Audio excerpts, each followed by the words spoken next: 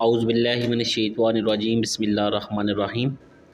الصلاۃ والسلام علیک یا رسول اللہ وعلی آلک و اصحابک یا حبیب اللہ۔ ناظرین، آپ اس وقت دیکھ رہے ہیں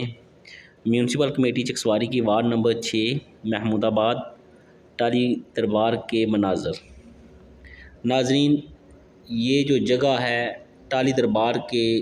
تقریباً 400 میٹر کے فاصلے پر یہ جگہ موجود ہے، اور یہاں پہ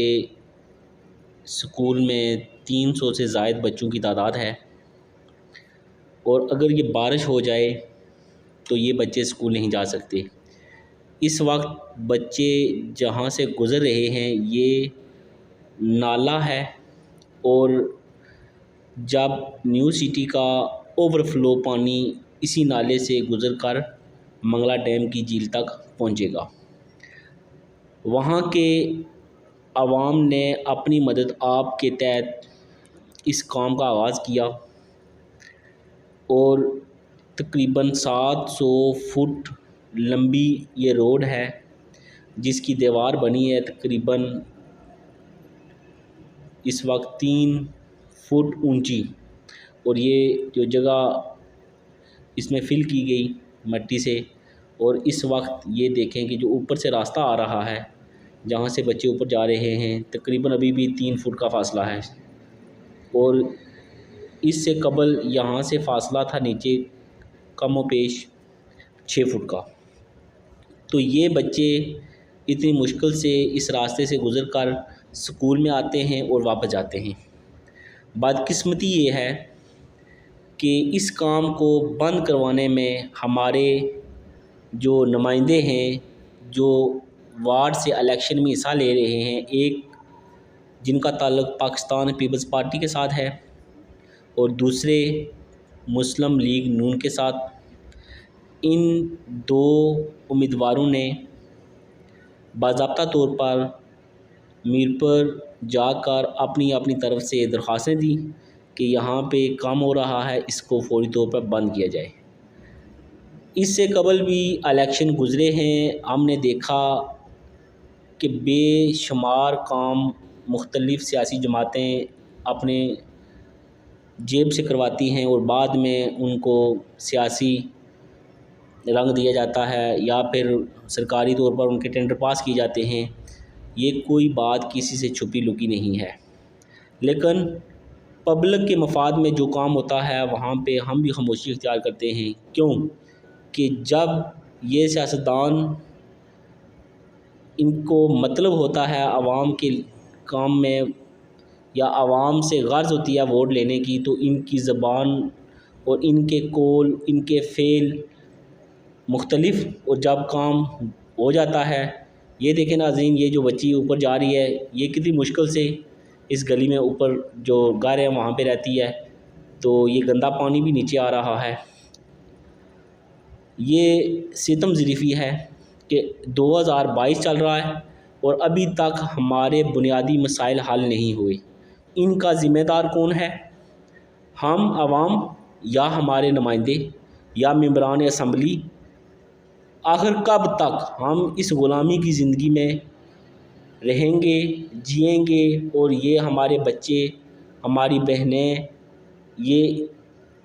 کس طرح سے زندگی گزاریں گے؟ یہ دیکھیں کتنی بڑی روڈ ہے، اور اس کا کام اگر ہو جاتا، ابھی مکمل ہو جاتا، اگر یہ بند نہ کیا جاتا تو اتنی آسانی، لیکن یہ کم و بیش 20 سال سے یہاں پہ آبادکاری ہوئی ہے اور یہ راستہ کسی نے نہیں بنایا۔ اپنی مدد آپ کے تحت اس کا آغاز کیا گیا، پھر کچھ لوگوں نے سپورٹ بھی کی، تو اس کو کمپلیٹ کرنے کا عزم کیا گیا، تو لیکن جو ہمارے نمائندے ہیں جو ہم سے ووٹ مانگ رہے ہیں، جو کہتے ہیں کہ ہم آپ کی بہتر نمائندگی کریں گے، ان کا یہ کارنامہ ہے کہ انہوں نے کام بند کروا دیا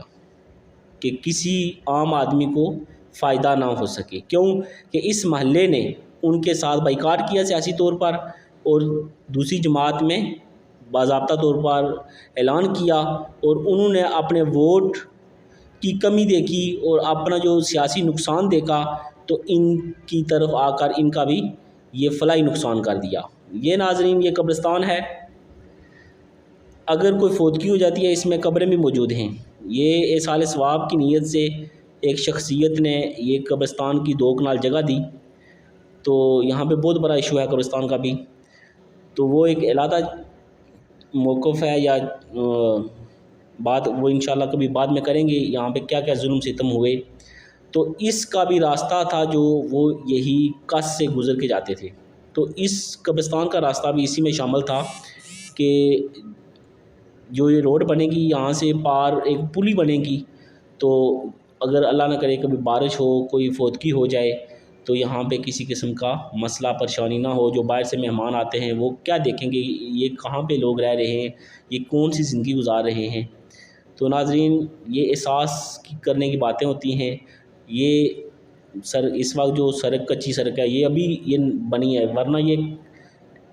ایسے ہی کس تھا برابر میں، یہ اونچائی بھی ابھی تقریباً 3 فٹ اونچا ہو گیا ہے، تو یہ بہت ہی مشکل راستہ تھا۔ تو اس کو بہتر کرنے کے لیے اہل علاقہ نے بہت محنت کی، کاوشیں کی، اور یہاں سے اسکول کی طرف ایک پلی جانے والی ہے، اس کو بھی اس پلی کو روکنے کے لیے بہت سی رکاوٹیں پیش کیں۔ یہ وہ ایک سامنے پلی ہے، وہ بھی ابھی کچھ 1 ماہ قبل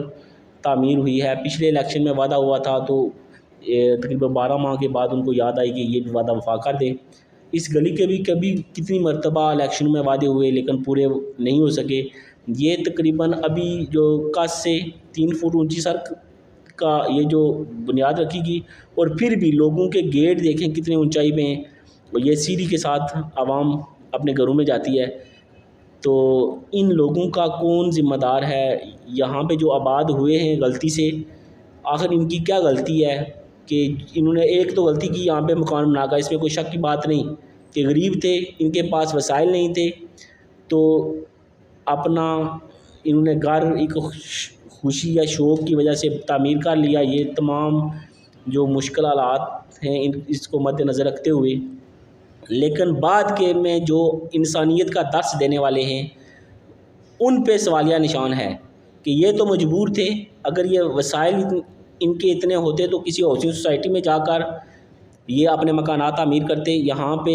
مشکل حالات میں یہ زندگی بسر نہ کرتے۔ لیکن جو باقی یہاں پہ قوم رہ رہی ہے، انسان بس رہے ہیں، ان کا نظریہ، ان کا ایمان، وہ کیا جا کے ہم اپنا حساب دیں گے کہ ہم دوسرے مسلمان کی خوشی میں خوش تھے یا ان کی مصیبت پہ خوشی منا رہے تھے؟ یہ بہت سے سوال ہیں، اور انتہائی افسوس ہوا اس تمام جتنے بھی واقعات میرے سامنے گزرے، اور اس کیس میں تقریباً میں شامل ہی تھا، جو یہاں پہ کام بند کروایا گیا، جج صاحب سے جا کے بات بھی کی، تو ان کو ریکویسٹ کی کہ آپ اجازت دے لیں گے، انہوں نے کہا کہ ہم اجازت نہیں دیں گے آپ کو، کیونکہ 2 درخواستیں ہمارے پاس ریٹن موجود ہے، اور اس دوران پابندی ہے، کوئی بھی ترقیاتی کام نہیں ہو سکتے، کوئی فلاحی کام نہیں ہو سکتے جو عوام کے فائدے میں ہوں۔